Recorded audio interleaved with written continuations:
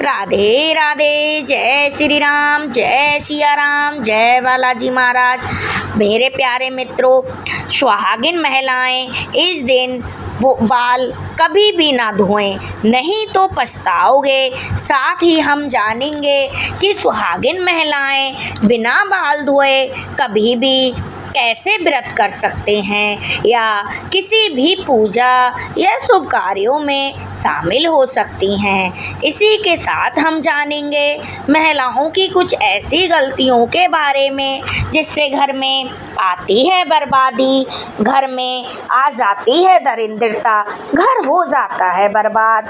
दोस्तों, हिंदू धर्म शास्त्रों के अनुसार अनेकों परंपराओं और रीति रिवाज का विशेष महत्व दिया गया है। शादी, विवाह और अंतिम संस्कार के अलावा कई ऐसी परंपराएं हिंदू भारतीय समाज में आज भी विद्यमान हैं। इसी के अनुसार सुहागिन महिलाओं को प्रतिदिन कुछ कार्य करने से पहले शुभ और अशुभ का विशेष ध्यान रखना चाहिए। आप तो जानते ही होंगे कि सुहागन महिलाओं द्वारा विशेष दिन के अलावा धर्म शास्त्रों में उनके बाल धोने को निषेध माना गया है। सप्ताह के कुछ विशेष दिन अगर सुहागिन महिलाएं अपने बाल धोएं तो उनके संतान और परिवार को कष्ट पहुंच सकता है। आइए जानते हैं कौन से हैं वह दिन। लेकिन इससे पहले अगर आप भी चाहते हैं कि माता लक्ष्मी का आप पर आशीर्वाद बना रहे तो वीडियो को लाइक करके आप चैनल को सब्सक्राइब दोस्तों अवश्य कर देना और कमेंट में जय श्री राम, जय श्री राम, जय माता लक्ष्मी ज़रूर लिखना। अपनी हाजिरी माता जी को ज़रूर लगाना। दोस्तों, आइए जानते हैं कि किस दिन सुहागिन महिलाओं को बाल नहीं धोने चाहिए और किस दिन बाल ज़रूर धोने चाहिए। नंबर 1, बुधवार के दिन विशेषकर कन्याओं को, लड़कियों को बाल नहीं धोने चाहिए। अगर कुंवारी लड़की बुधवार के दिन अपने बालों को धोती हैं तो उसके भाई पर कोई बड़ी आफत आ सकती है जिससे आप अंदाज़ा भी नहीं लगा सकते। इसीलिए जितना संभव हो सके बुधवार के दिन को कुंवारी लड़कियों को बाल बिल्कुल भी नहीं धोने चाहिए। नंबर 2, बृहस्पतिवार अगर कोई सुहागिन महिलाएं यानी गुरुवार के दिन अपने बालों को धोती हैं तो उसके पति की आयु घटती चली जाती है। सुहागिन महिलाओं को भूलकर भी बृहस्पतिवार के दिन बालों को नहीं धोना चाहिए और ना ही पुरुषों को बृहस्पतिवार को दिन नाखून और बाल आदि काटने चाहिए। ऐसे में आपको बृहस्पतिवार के दिन घर में पोछा भी नहीं लगाना चाहिए और ना ही बृहस्पतिवार के दिन कपड़े आदि धोने चाहिए। अगर आप ऐसा करती हैं तो आपके घर परिवार पर बड़ी विपत्ति आ सकती है। नंबर 3, सोमवार अगर कोई शादीशुदा महिला सोमवार के दिन बाल धोती है तो उसकी बेटियां और बेटों पर कोई बड़ा संकट आने की संभावना बनी रहती है। परिवार को किसी बड़े आर्थिक संकट का सामना भी करना पड़ सकता है। ऐसे में शादीशुदा महिलाओं को सोमवार के दिन बालों को बिल्कुल भी नहीं धोना चाहिए। परिवार को संकटों से बचाने के लिए महिलाओं को इन नियमों का पालन अवश्य करना चाहिए। चलिए अब जानते हैं किस दिन महिलाओं को बाल रोज धोने चाहिए, जरूर धोने चाहिए। दोस्तों मित्रों, शुक्रवार के दिन महिलाओं को बाल जरूर धोने चाहिए। इससे घर में बरकत आती है और आपके घर में सुख समृद्धि बढ़ती है।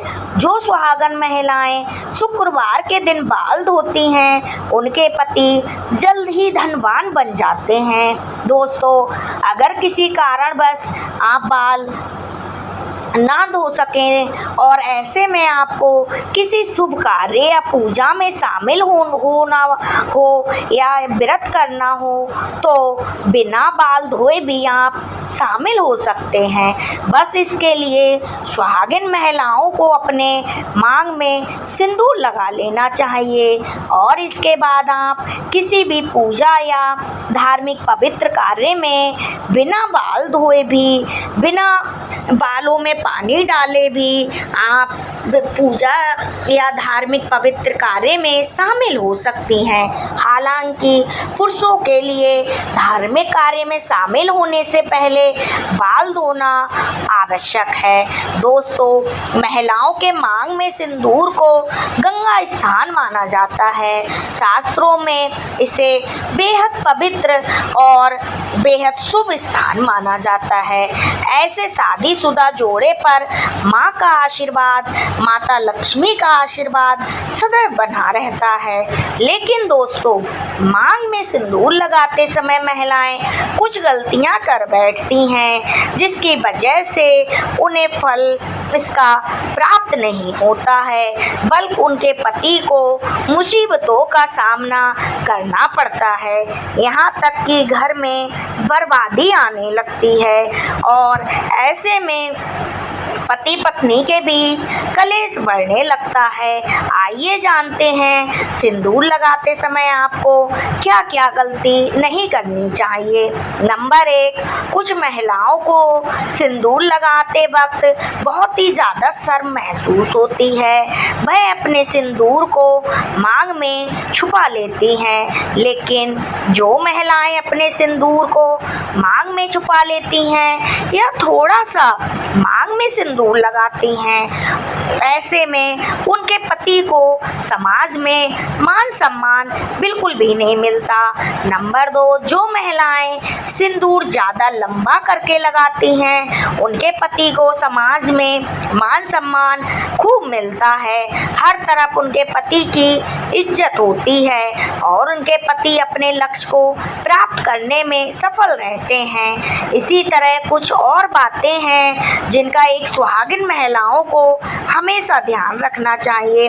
दोस्तों, एक महिला ही घर की सुख समृद्धि बनाती है और उसकी उन्नति के लिए मार्ग प्रदर्शित करती है। लेकिन कुछ काम ऐसे हैं जो महिलाओं को भूल कर भी नहीं करने चाहिए, वरना उनके घर में माँ लक्ष्मी चली जाती हैं। नंबर 1, अगर महिलाएं घर में खुद झाड़ू पोछा लगाती हैं तो ये काम हमेशा सूर्योदय से पहले करना चाहिए। सूर्योदय के बाद घर की साफ सफाई करने से घर में दरिद्रता आती है।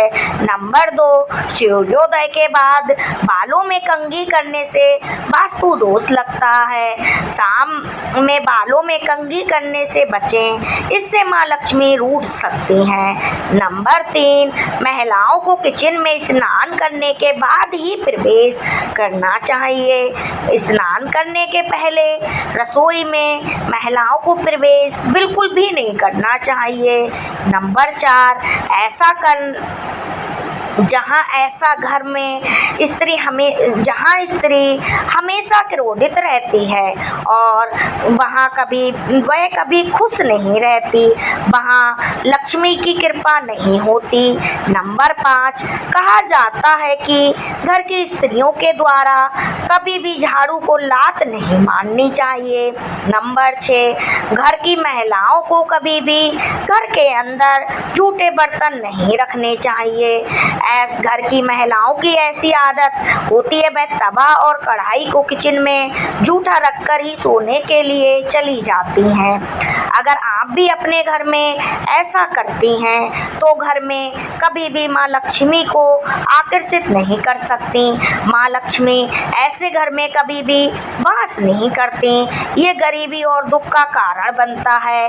नंबर 7, किसी को भी अपनी सिंदूरदानी कभी भी ना दें। सुहागिन महिलाएं कभी भी अपने सिंदूर की डिब्बी, आप जिसमें सिंदूर रखते हैं यानी अपनी सिंदूरदानी, कभी भी किसी को ना दें। और जब आप सिंदूर लगाएं तो हमेशा अकेले में लगाएं, सर पर पल्लू डालकर लगाएं, वरना आपको नज़र लग सकती है, आपका रिश्ता बिगड़ सकता है। सुहागिन महिलाएं अपने हाथ की चूड़ियां और पैरों की पहनी हुई पायल किसी के साथ शेयर ना करें, और ख़ास करके अपने बिछिया जो पैरों में आप पहनते हैं भूल कर भी सुहागन महिलाएं किसी को ना दें।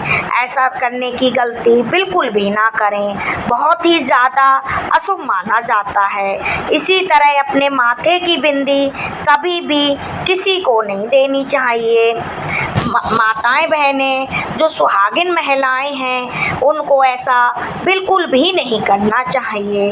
अगर आप अपने पैरों के बिछिए पायल या बिंदी किसी को भी देते हैं तो इससे आपके पति के ऊपर बहुत ज़्यादा कष्ट आते हैं। दोस्तों, आज की ये जानकारी अगर आपको पसंद आई हो तो वीडियो को एक लाइक करके आपके अपने प्रीति भक्ति चैनल को सब्सक्राइब ज़रूर कर देना, और कमेंट में राधे राधे राधे राधे जय श्री राम जय श्री राम जय श्री राम 3 बार दोस्तों अवश्य ही टाइप करना।